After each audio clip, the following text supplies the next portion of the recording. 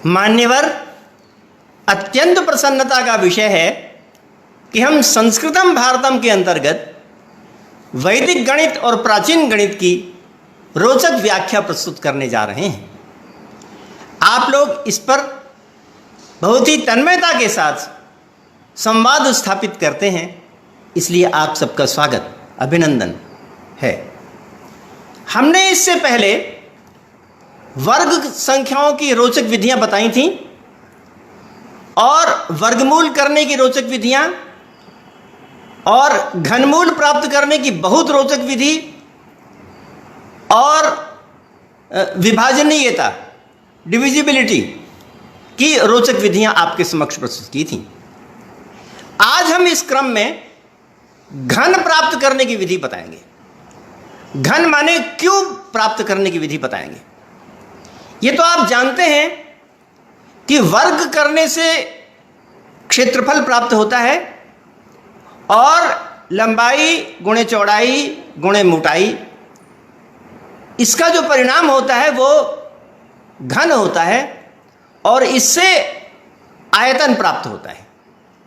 वर्ग से क्षेत्रफल प्राप्त होता है और घनफल से आयतन प्राप्त होता है। तो समान संख्याओं का विभाजन गुणन करना ये क्यूब अथवा घन के अंतर्गत आता है। तो यहाँ पर हम पहले दो संख्याओं का, यानी इकाई दहाई वाली जो दो संख्याएं हैं, उनका घन प्राप्त करेंगे, क्यूब प्राप्त करेंगे। तो घन अथवा क्यूब प्राप्त करने की जो बहुत ही रोचक विधि वैदिक गणित में कही गई है, उसको हम आपके समक्ष प्रस्तुत करने जा रहे हैं। तो इसके लिए मान लीजिए कोई संख्या है 18 है, 18 संख्या है और आपके स्क्रीन में जो मैं बताने जा रहा हूं वो मैंने लिख दिया है, आप उसको देख पा रहे हैं। मैंने स्क्रीन में 18 का क्यूब लिखा हुआ है, आप उसको देख रहे हैं? हाँ, ठीक है, आप उसको देख रहे हैं। तो यहां पर विधि यह है कि मान लीजिए 18 का घन अर्थात क्यूब निकालना है। तो इसके लिए पहले जो दहाई वाली संख्या है उसका क्यूब लिख लेते हैं। दहाई वाली संख्या का क्यूब प्राप्त कर लेते हैं और उसके पश्चात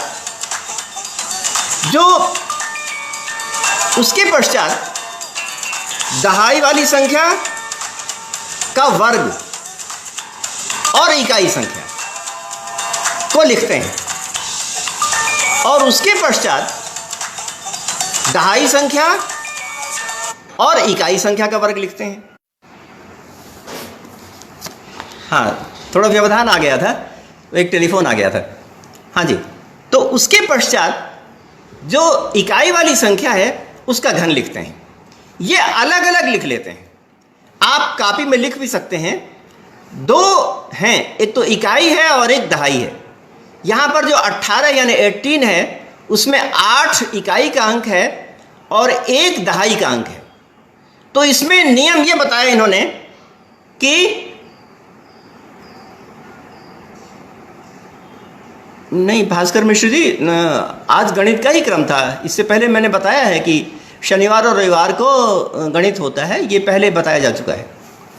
तो आप गणित का आनंद लीजिए। यहाँ पर बहुत घन संख्या की बहुत रोचक विधि बताई जा रही है, आप कृपया सुने। 18 का घन बताने जा रहे हैं। तो 18 में एक जो है वो दहाई संख्या है और 8 इकाई संख्या है। तो नियम ये बताया गया है कि 4 प्रकार के जो गणित है उसको हम अलग अलग लिख लेते हैं। जैसे नंबर एक में जो दहाई संख्या है उसका वर्ग लिख लेते हैं, नहीं, उसका घन लिख लेते हैं। नंबर 1 में क्या करते हैं, जो दहाई वाली संख्या है उसका उसका घन लिख लेते हैं, दहाई वाली संख्या का घन लिख लेते हैं, ठीक है। और उसके बाद नंबर 2 में दहाई वाली संख्या का वर्ग मल्टीप्लाइड दहाई वाली संख्या, मल्टीप्लाइड इकाई वाली संख्या। और उसके बाद दहाई वाली संख्या मल्टीप्लाइड इकाई वाली संख्या का वर्ग, और उसके बाद इकाई वाली संख्या का क्यूब, इकाई वाली संख्या का घन, ऐसा लिख लेते हैं। बहुत आसान है, मैं एक बार ही आपको अभ्यास हो जाएगा तो समझ में आ जाएगा। हम 18 वाले में इसको अप्लाई करते हैं। तो मैंने क्या कहा? मैंने कहा कि सबसे पहले दहाई वाली संख्या का क्यूब लिख लेते हैं। तो यहां पर दहाई संख्या कौन है? 1 है। 1 दहाई है और 8 इकाई है। तो 1 जो दहाई है उसका जो क्यूब है वो तो 1 ही होगा। 1 का क्यूब तो 1 ही होगा, इसलिए पहले 1 लिख देते हैं। पहले क्या लिखते हैं? पहले 1 लिख देते हैं, और उसके पश्चात दहाई वाली संख्या का वर्ग और मल्टीप्लाइड इकाई वाली संख्या। तो दहाई वाली संख्या कौन है? 1 है, और इकाई वाली संख्या कौन है? 8 है। तो 1 का वर्ग तो 1 ही होगा, और 1 और 8 को गुणा करेंगे तो 8 होगा। तो इस प्रकार से नंबर 2 की स्थिति में 8 लिख देते हैं, और उसके पश्चात नंबर 3 वाली स्थिति में दहाई वाली संख्या मल्टीप्लाइड इकाई वाली संख्या का वर्ग। तो यहां पर इकाई वाली संख्या है 1, उसके पश्चात दहाई वाली संख्या है 8, और 8 का वर्ग होगा 64, 64। 64 और 1 का गुणा करेंगे तो 64 ही आएगा। तो इस प्रकार से तीसरे नंबर पर 64 लिख देते हैं, और उसके पश्चात जो चौथी स्थिति है उसमें जो इकाई वाली संख्या है उसका घन लिख देते हैं। तो इकाई वाली संख्या कौन है? 8 है। तो 8 का घन क्या होगा? 8 को 8 से गुणा करेंगे तो 64, और 64 को फिर से 8 से गुणा करेंगे तो 512 आता है। तो इस प्रकार 4 को क्रम से लिख लेते हैं। पहले 1, उसके बाद 8, उसके बाद 64, उसके बाद 512। ये स्क्रीन में लिखा हुआ है, आप देख रहे हैं? स्क्रीन में लिखा हुआ है। पहले 1 लिखा हुआ है, उसके बाद 8 लिखा हुआ है, उसके बाद 64 लिखा हुआ है, और उसके बाद 512 लिखा हुआ है। अगर आप कहें तो मैं फिर से उसकी विधि बता पाऊं। नंबर 1 में क्या करेंगे आप? नंबर 1 में दहाई वाली संख्या का घन। तो दहाई वाली संख्या यहां पर कौन है? 1 है। तो 1 का घन क्या होगा? वही 1 ही। तो इसलिए नंबर 1 में 1 लिख देंगे, और नंबर 2 में दहाई वाली संख्या का वर्ग मल्टीप्लाइड इकाई वाली संख्या। तो यहां पर दहाई वाली संख्या कौन है? 1 है, उसका वर्ग क्या होगा? 1 ही, और मल्टीप्लाइड इकाई वाली संख्या। तो 1 को 8 से गुणा करेंगे तो 8 ही आएगा। तो नंबर 2 में 8 लिख देते हैं। उसके पश्चात नंबर 3 में क्या करते हैं? दहाई वाली संख्या मल्टीप्लाइड इकाई वाली संख्या का वर्ग। तो 1 है, उसके बाद इकाई वाली संख्या कौन है? 8 है। 8 का वर्ग क्या होगा? 64 होगा। तो 1 और 64 को गुणा करेंगे तो 64 ही आएगा। तो तीसरे नंबर पर 64 लिख देते हैं, और चौथे नंबर पर जो इकाई वाली संख्या का क्यूब लिख देते हैं। तो यहां पर इकाई वाली संख्या कौन है? 8 है। 8 को 8 से गुणा किया तो 64, उसको 8 से गुणा किया तो 512।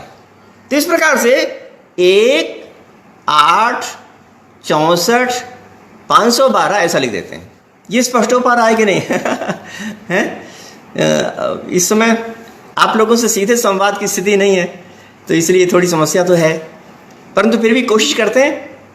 तो हमने कहा कि 1, 8, 64, 512 ऐसा लिख देते हैं। ये बात स्पष्ट हुई कि नहीं?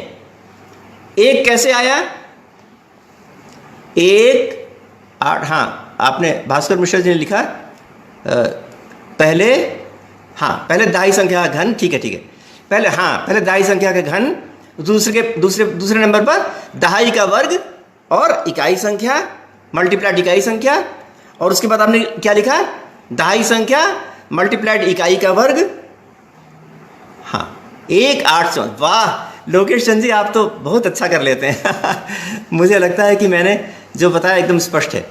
आपने बहुत अच्छा लिखा, 1 8 64 512, ये हो गया, ये हो गया। इसके पश्चात दूसरी स्थिति में, जो दूसरी वाली स्थिति है उसमें पहले वाले का दुगुना, और तीसरे में तीसरे वाले का दुगुना।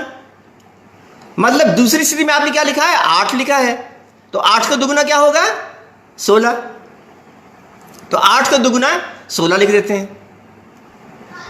और तीसरी स्थिति में 64 का दुगुना, 64 का दुगुना क्या होगा, 128 होगा।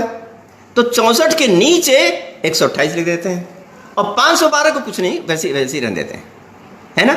मतलब 2 नंबर वाली और तीसरी स्थिति वाली, दूसरी स्थिति वाली और तीसरी स्थिति वाली। दूसरी स्थिति वाली में पहली का दुगुना, तीसरी स्थिति वाले में ऊपर वाले का दुगुना।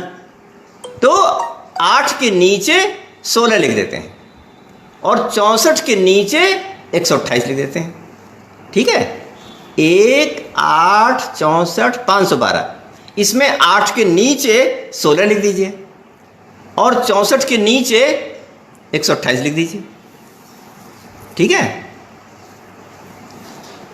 हाँ, मनोज भट्टाचार्य ने लिखा कि इससे समय का लाघव क्या होता है। तो अगर अभ्यास हो जाएगा, ये तो मुझे बताने में देर लग रही है ना, अगर अभ्यास हो जाएगा तो तुरंत हो जाएगा। और अगर आपको ऐसा लगे कि ये गौरव है, लंबी प्रक्रिया है, तो छोड़ दीजिए, पहले बार ही कर लीजिए। मगर मुझे तो जो वैदिक गणित में लिखा हुआ है वो बताना है।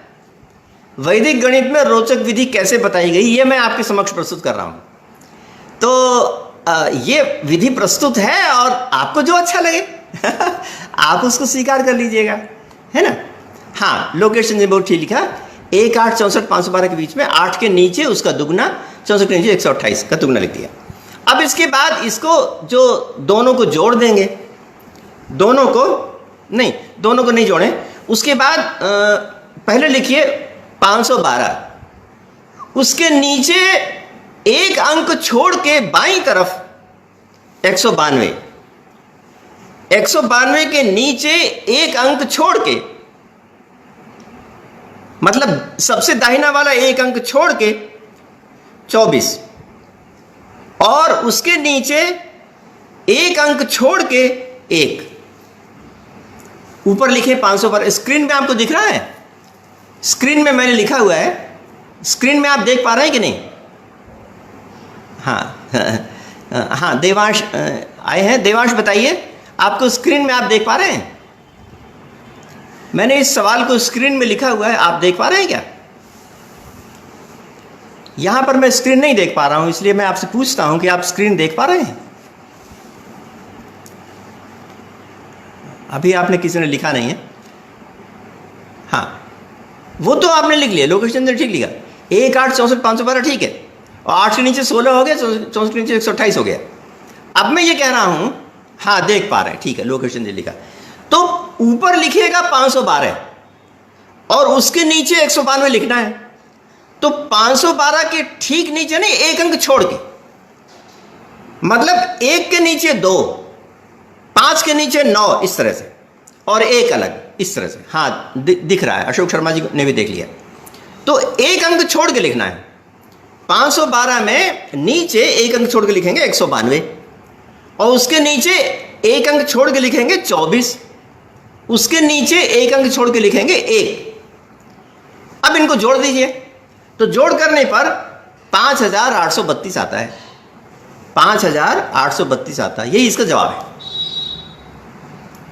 यही इसका जवाब है ना। अगर आपके पास कैलकुलेटर हो तो आप 18 का क्यूब करके देख सकते हैं कि 18 का क्यूब होता है 5832, ये इसका क्यूब होता है। तो इस क्यूब से ये बात आ जाती है। मेरा ख्याल स्पष्ट है, मेरा ख्याल ठीक हो गई। तो मैं अब इसका विस्तार ज़्यादा नहीं करूँगा, क्योंकि आप स्वयं बहुत बुद्धिमान हैं और बड़ी आसानी से आप कर लेंगे। अन्य उदाहरणों में मैं नहीं करता हूँ, मैं केवल ये बताने जा रहा हूँ आगे कि ये जो वैदिक गणित में विधि बताई है वो कोई भी नई विधि नहीं है। आपके मॉडर्न मैथमेटिक्स में जो द्विपद के घन का फार्मूला बताया जाता है, ठीक उसी को अन्य ढंग से प्रस्तुत कर दिया है। ये जो है ना, मॉडर्न मैथमेटिक्स में जो द्विपद का घन, द्विपद माने दो पद बना के जो उनके क्यूब का जो फार्मूला बताया जाता है, वो ठीक वही फार्मूला लगाया गया है। अगर आपको याद हो, आपने मैथमेटिक्स पढ़ी भी है, तो इसलिए मैं आपको उस फार्मूले को फिर से याद दिला देना चाहता हूं कि जो द्विपद के क्यूब का फार्मूला क्या है, आप जानते हैं? आप जानते हैं, वास्तव में आप जानते हैं। वही यही है कि a का क्यूब 3a का square multiplied b plus 3a multiplied b का स्क्वायर प्लस b का क्यूब, यही इसका फार्मूला है ना? फार्मूला आप जानते हैं। फिर से बोलूं, a का क्यूब, फिर 3a स्क्वायर मल्टीप्लाइड b, फिर 3a मल्टीप्लाइड b का स्क्वायर प्लस b का क्यूब। ये आपने पढ़ा हुआ है, ये उसमें पढ़ाया जाता है, और इसी को वैदिक गणित में केवल अपने ढंग से लिख दिया है। कुछ भी नया नहीं है, अपने ढंग से लिख दिया है। देखिए ना, इसमें सबसे पहले कहा है a का क्यूब। आपने जो गणित पढ़ रखी है, उस गणित के फार्मूले में आपने पढ़ रखा है कि पहले a का क्यूब, तो वही a का क्यूब तो किया गया है। जो पहली स्थिति में है उसमें a का क्यूब ही तो रखा गया है। उसके बाद आपने पढ़ा हुआ है 3a का स्क्वायर मल्टीप्लाइड b, ऐसा आपने पढ़ा हुआ है। तो यहां पर इन्होंने दो बना दिया है, a स्क्वायर b किया है, फिर उसके पश्चात उसको दूसरी स्थिति में लिखा है, योग लिखा है। तो उन दोनों संख्याओं को जोड़ने से वही आ जाता है, 3 मल्टीप्लाइड a का स्क्वायर गुणे b, यही आ जाता है। और उसके बाद जो आपने दो संख्याओं को जोड़ किया है, उन दोनों को जोड़ने से यही आ जाता है, क्योंकि इसमें लिखा है कि 3a स्क्वायर मल्टीप्लाइड b, और यहां पर a स्क्वायर मल्टीप्लाइड b ऊपर किया गया और 2 मल्टीप्लाइड a का स्क्वायर b को नीचे लिखा गया। तो इस प्रकार से ठीक वही बात है जो कि आपके मॉडर्न मैथमेटिक्स में मौजूद है। हाँ, लोकेश चंद जी ने लिखा, वाह वाह लोकेश चंद जी तो मेरी बड़ी समस्या हल कर देते हैं। आपने लिखा कि ए बी का क्यूब, a मल्टीप्लाइड क्यूब, इसी प्रकार से आपने लिखा हुआ है। तो जो आपने लिखा हुआ है उसी को वैदिक गणित में दूसरे ढंग से लिखा है, अन्य प्रकार से लिखा है। तो इसमें ऐसी कोई भी, मुझे तो कोई ख़ास बात नहीं लगती है जो कि कोई ऐसी हो जो कि आपके मॉडर्न मैथमेटिक्स में ना पढ़ाई जाती हो या आप उसको ना जानते हो। इसलिए हम इस बात को यहीं पर पूर्ण करते हैं, क्योंकि आप इस फार्मूले को जानते हैं और इस फार्मूले के आधार पर आप क्यूब को आसानी से कर सकते हैं। इसलिए हम अपनी बात को यहीं पर छोड़ते हैं, यहीं पर पूरा करते हैं। आगे हम कुछ अन्य प्रकार के जो क्यूब हैं, रोचक क्यूब हैं, उनको बताना चाहते हैं। अच्छा, मनस्सोष भट्टाचार्य जी ने 92 संख्या के लिए लिखा। तो कोई भी संख्या हो, 92 संख्या में भी 9 का क्यूब होगा। 92 संख्या में 9 दहाई है और 2 इकाई है। तो 92 संख्या में पहले 9 का क्यूब होगा, 9 गुणे 9 गुणे 9, इस प्रकार से होगा। उसके बाद 3 मल्टीप्लाइड 9 का स्क्वायर मल्टीप्लाइड 2, 3 9 का स्क्वायर मल्टीप्लाइड 2, उसके बाद 3 मल्टीप्लाइड 9 मल्टीप्लाइड 2 का स्क्वायर, उसके बाद 2 का क्यूब। इन चार संख्याओं को मिला देंगे तो 92 का क्यूब निकल आएगा। फिर मैं कहूं 92 में 2 संख्याएं हैं, एक तो 9 है और एक 2 है। 9 दहाई में है और 2 इकाई में है। तो 9 का पहले क्यूब लिखेंगे, 9 का पहले क्यूब लिखेंगे। उसके बाद 3 9 का स्क्वायर मल्टीप्लाइड 2, मतलब 3 गुणे 81 गुणे 2, 3 गुणे 81 गुणे 2, ये लिखेंगे। उसके बाद 3 मल्टीप्लाइड 9 मल्टीप्लाइड 2 का स्क्वायर मतलब 3 गुणे 9 गुणे 4, 2 का स्क्वायर 4 होता है, तो 3 गुणे 9 गुणे 4, और उसके पश्चात जो इकाई वाली संख्या है उसका क्यूब लिखेंगे, तो 2 वाली संख्या का क्यूब क्या होगा? 8 होगा। तो इन 4 संख्याओं को जोड़ देंगे। जोड़ना में जो मॉडर्न मैथमेटिक्स में जैसे जोड़ते हैं आप उसी तरह से जोड़ दीजिए, जो हमने तरीका बताया है, कोई जरूरी नहीं कि आप उस तरीके से करें, तो आप उस तरह से उसको जोड़ देंगे, और जोड़ देंगे तो वो घन निकल आएगा। तो ये विधि है। तो घन की जो विधि गुणन करने के द्वारा है वो, और ये जो विधि है वो द्विपद को घन बना करके जो फार्मूला बताया गया है उसके अनुसार है। तो हम इस विधि को अब पूर्ण कर लेते हैं, अपनी बात को पूरा कर लेते हैं। अब आगे हम कुछ रोचक घन संख्याओं को आपके समक्ष प्रस्तुत करना चाहते हैं, है ना, क्योंकि आपने घन का वो फार्मूला पढ़ रखा है, इसलिए हमको बहुत ज़्यादा विस्तार करने की आवश्यकता नहीं है। तो हम घन की कुछ रोचक बातें बताने जा रहे हैं आपको, कुछ हाँ इंटरेस्टिंग जो बातें हैं जो मैथमेटिक्स में बताई पढ़ाई नहीं जाती हैं शायद, तो इस प्रकार की जो रोचक बातें हैं वो हम आपके सामने बताने जा रहे हैं। तो रोचक बातें ये हैं कि मैं ये कह सकता हूं कि जो 1 से लेके विषम संख्याओं का जोड़ है वो सदा आपस में वर्ग होता है।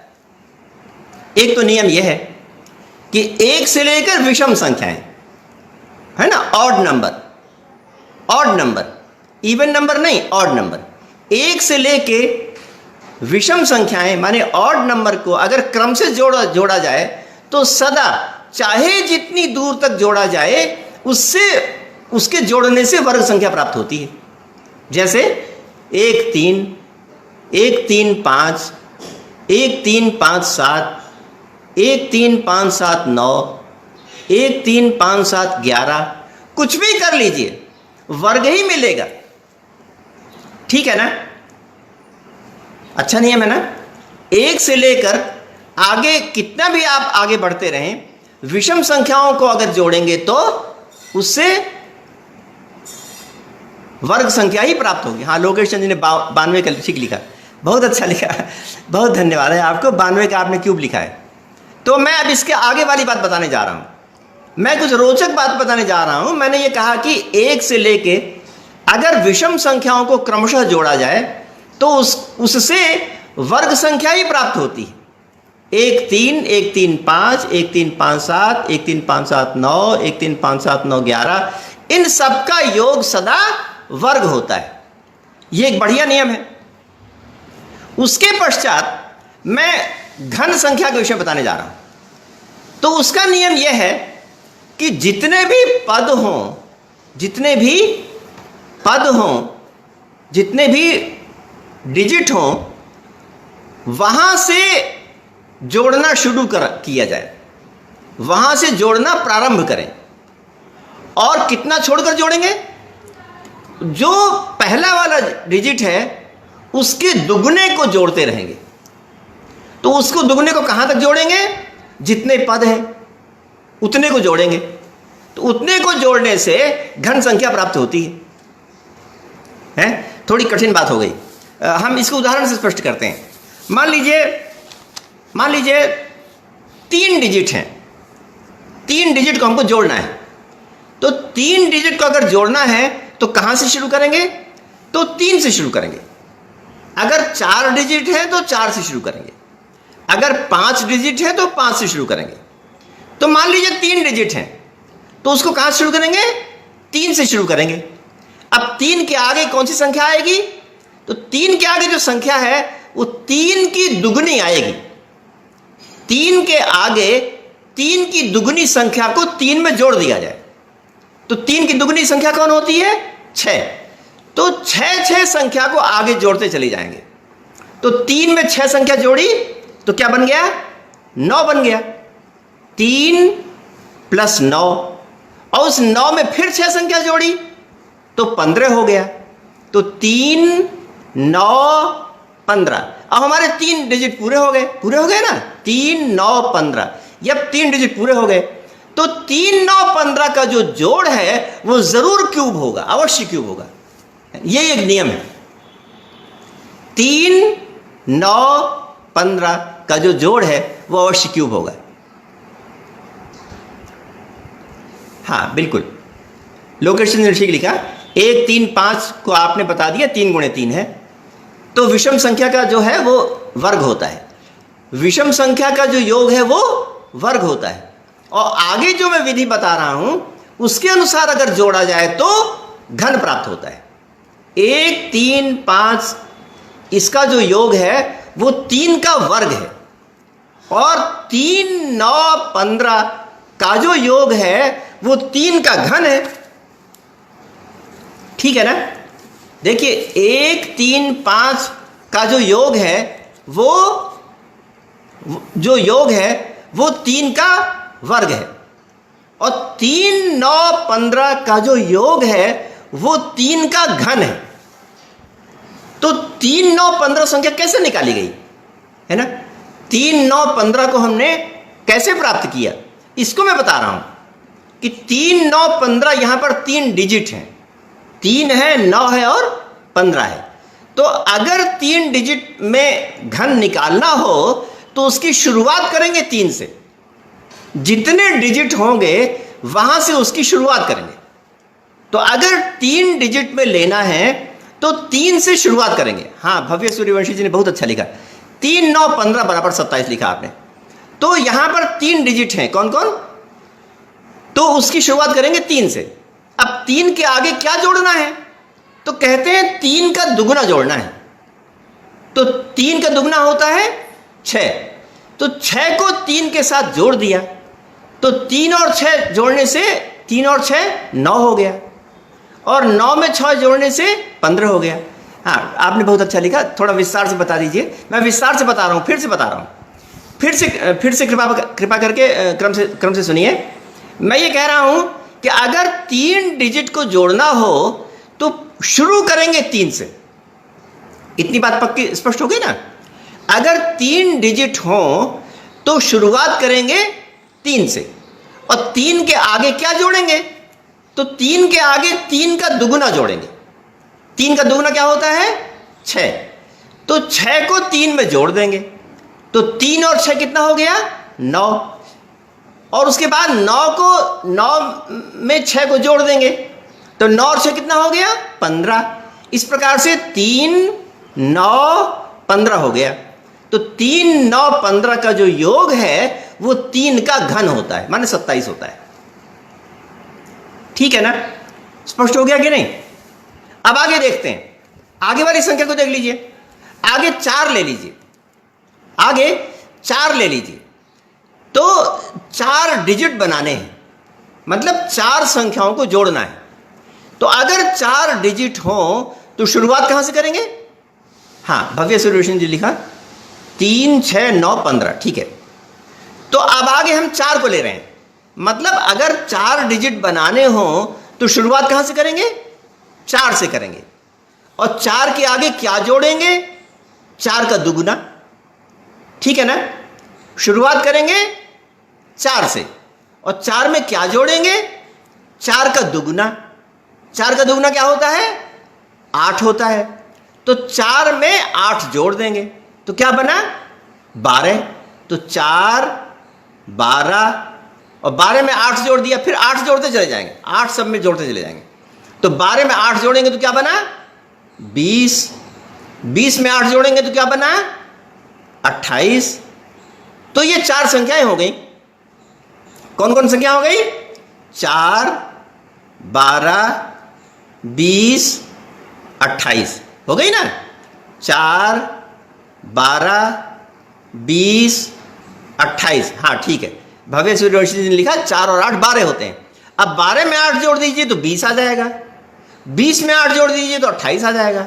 मतलब 8 कॉमन डिफरेंस है।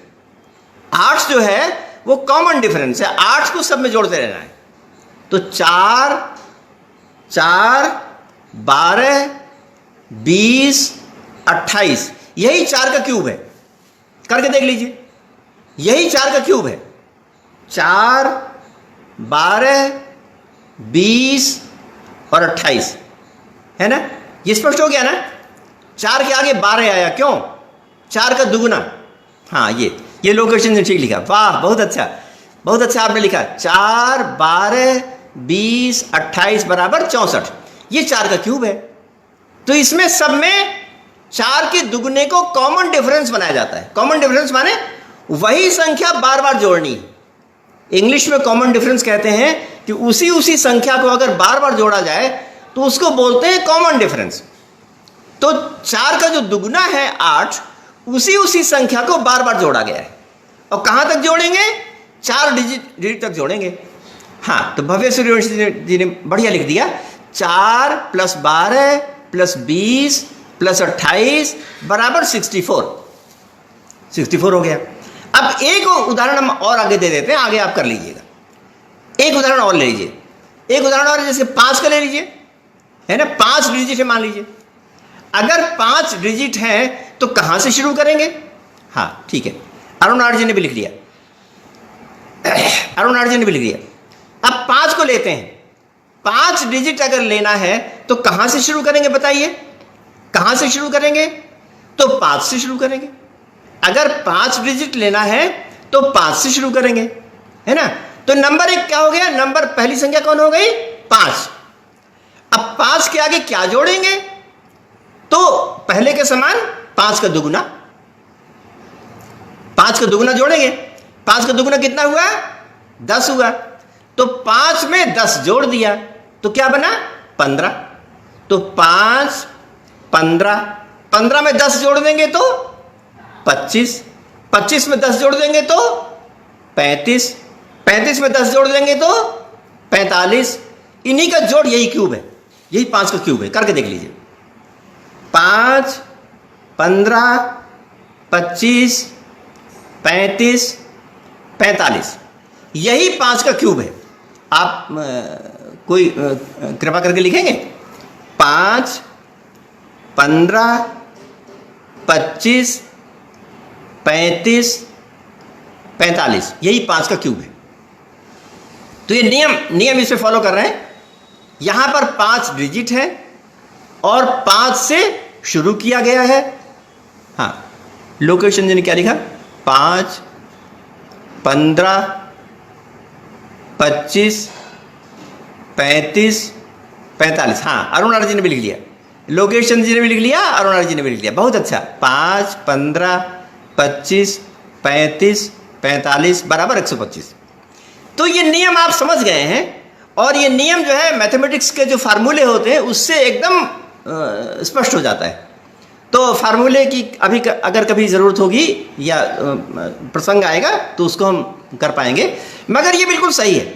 इस प्रकार से ये क्यूब प्राप्त होता है। तो मैंने आपको वर्ग की एक रोचक विधि बताई और दूसरे क्यूब प्राप्त करने की प्रोग्रेशन में एक रोचक विधि बताई। अब आगे मैं क्यूब प्राप्त करने की एक अन्य बहुत बढ़िया विधि बताने जा रहा हूं। और विधि क्या बताने जा रहा हूं मैं? वही ये सिमेट्री है, माने किस प्रकार से क्रम से क्यूब संख्या निकलती चली जाती। अभी मैंने सिमेट्री बताई थी कि 4, 12, 20, 28 बराबर 64, 5, 15, 25, 35, 45 बराबर 125, ऐसा मैंने अभी बताया। अब इसी बात को मैं एक और अन्य रोचक प्रकार से बताने जा रहा हूं। ये जो घन संख्या है उसको मैं और रोचक प्रकार से बताने जा रहा हूं।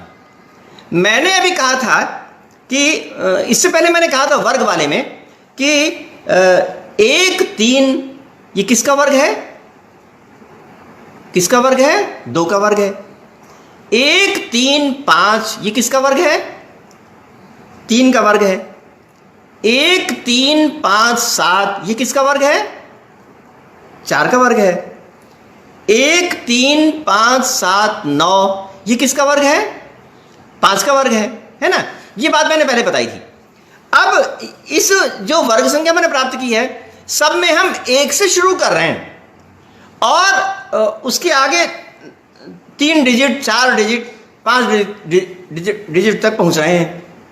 अब अगर हम ऐसा करें कि 1 से नहीं, 1 से शुरू करें मगर आगे वाली जो संख्याएं हैं वो हम उसको और से आगे आगे शुरू करें। जैसे नंबर 1 में 1 लिया और उसके बाद 3 और 5 ले लिया, मतलब 1 के पश्चात 3 5 ऑड नंबर, 1 के बाद 3 5 ऑड नंबर ले लिया। नंबर 1 में ऊपर लिखा 1, नंबर 2 में 3 + 5 और अगली संख्या में 5 के आगे क्या होगा, 5 के आगे 7 9 11, 11 के आगे 13 15 17 19, इस प्रकार से है ना। मतलब क्रम से हम डिजिट बढ़ाते जा रहे हैं और 1 से शुरू नहीं कर रहे हैं, उनको छोड़ के आगे आगे वाले शुरू कर रहे हैं। पहले मैंने क्या कहा, नंबर 1 में कहा 1, नंबर 2 में क्या कहा, 1 को छोड़ दिया 3 5, है ना। पहले में कहा 1, नंबर 2 में क्या कहा, नंबर 2 में क्या कहा 3 5 और उसके आगे क्या कहा, 5 को छोड़ दिया, 5 के आगे 3 ले लिए। 3 कौन से ले लिए, 7 9 11, ठीक है। उसके बाद 11 के आगे ले गए, 11 के आगे 13 15 17 19, इस प्रकार से लिया। ऐसा लिया तो ये सब क्यूब बन रहे हैं, ये सब क्यूब बन रहे हैं। करके देख लीजिए, नंबर 1 में 1 लिया आपने, 1 तो क्यूब है ही। उसके बाद 3 और 5, ये किसका क्यूब है, ये 2 का क्यूब है। लिखिए 3 + 5 बराबर है 2 का क्यूब। लिख के बताइए, 3 + 5 बराबर है 3 + 5 बराबर है 2 का क्यूब। हाँ, ये 3 + 5 लिखिएगा। हाँ भवेश्वरी वंशी जी, 3 के आगे प्लस लगा दीजिए। 3 + 5 बराबर है 2 का क्यूब। फिर से लिखिए, 3 + 5 बराबर है 2 का क्यूब। फिर से लिखिए, हाँ ये 3 + 5, ये बहुत अच्छा, 3 + 5 बराबर है 2 का क्यूब। अब आगे लिखिए 7 + 9 + 11, 2 का क्यूब है ये। हाँ ठीक है। अब आगे लिखिए 5 के आगे ऑड नंबर, 5 के आगे ऑड नंबर कौन है, 7 9 11, 7 + 9 + 11, है ना। ये किसका क्यूब है, ये 3 का क्यूब है। करके देखिए हाँ ये लोकेश जी ने बहुत अच्छा लोकेश जी ने बहुत अच्छा किया। आपने क्या लिखा लोकेश जी ने, 7 + 9 + 11, ये क्या हो गया, ये 3 का क्यूब हो गया, है ना। ये स्पष्ट है ना भाई, 7 + 9 + 11, ये किसका क्यूब है, ये 3 का क्यूब है। ठीक है, अब आगे चलिए। हाँ अरुण जी ने बहुत अच्छा लिखा, 7 9 11 हो गया। अब 11 के आगे चलते हैं, 11 के आगे 13 15 17 19, ये 4 का क्यूब है। करके देखिए, 13 + 15 + 17 + 19, ये किसका क्यूब है, लिखिए, लिख के बताइए। हाँ ये लोकेश ने बहुत अच्छा बहुत अच्छा बहुत अच्छा बहुत अच्छा। अरुण आर्य ने भी लिख लिया, 13 + 15 + 17 + 19, ये 4 का क्यूब हो गया। अब बस उदाहरण के लिए एक और लिख लेते हैं, बस उसी तरह से आगे बढ़ते जाएंगे। तो अब 19 तक हो गया ना, अब 19 के आगे चलते हैं। 19 के आगे 21 23 25 27 29, लिखिए लिखिए 21, हाँ लोकेशन ने लिख लिया, 4 का क्यूब तो पूरा हो गया। अब आगे वाले लिख लीजिए, आगे वाले लिखिए 21, 19 के आगे 21 आएगा ना, 19 के आगे 21 आएगा, तो 21 23 25 27 29, 5 के क्यूब में 5 डिजिट होने चाहिए, 5 के क्यूब में 5 डिजिट होने चाहिए। तो क्या लिखेंगे, 21 23, हाँ अरुण जी ने 4 का क्यूब लिख लिया। अब 4 के क्यूब के आगे लिखिए कृपा करके, हाँ 21 23 25 27 29, ये 5 का क्यूब है। हाँ लोकेशन जी लिख लिया बहुत अच्छा। 21, 23, 25, 27, 29 आपने लिख लिया, बहुत अच्छा। तो ये 5 का क्यूब है, 125 है। हाँ, भव्य सुरेश जी ने भी लिख लिया, बहुत अच्छा, बहुत अच्छा आपने लिखा। 21, 23, 25, 27, 29 ये 5 का क्यूब है ना। अब इसी तरह आगे बढ़ते जाएंगे तो निरंतर क्यूब प्राप्त हो जाएगा। तो क्यूब प्राप्त करने की मैंने 2 रोचक विधियां बताई, है ना। प्रोग्रेशन में 2 रोचक विधियां बताई। मैंने कहा कि 5 का क्यूब जो है वो 5, 15, 25, 35, 45 का योग भी क्यूब है, और 21, 23, 25, 27, 29 का जो योग है वो भी क्यूब है।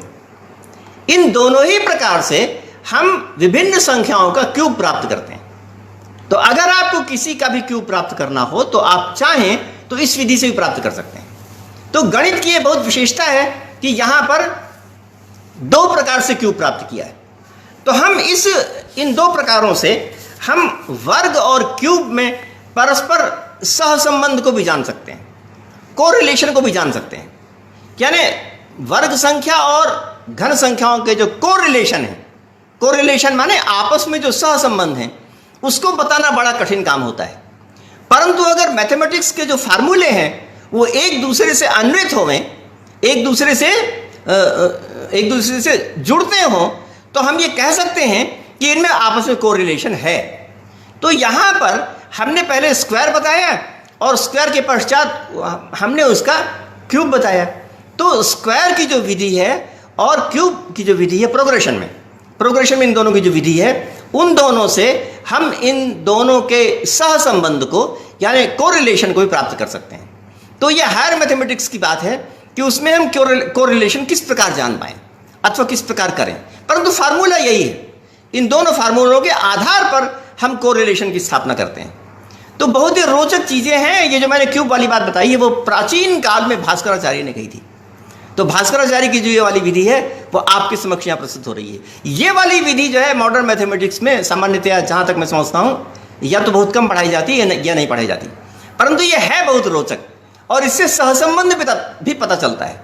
तो मॉडर्न मैथमेटिक्स में सहसंबंध का पता चलाने के लिए और प्राचीन जो भास्कराचार्य हैं उनके क्रेडिट को, उनके श्रेय को बताने के लिए इस प्रकार की जो विधियां हैं वो बहुत रोचक हैं और उसकी व्याख्या करनी चाहिए। तो बहुत प्रसन्नता हुई कि आपने इन सब विधियों को बड़े ही ध्यानपूर्वक, बड़े विस्तार के साथ सुना। आपने इसको विस्तार और तन्मयता के साथ सुना, इसके लिए आपको बहुत धन्यवाद।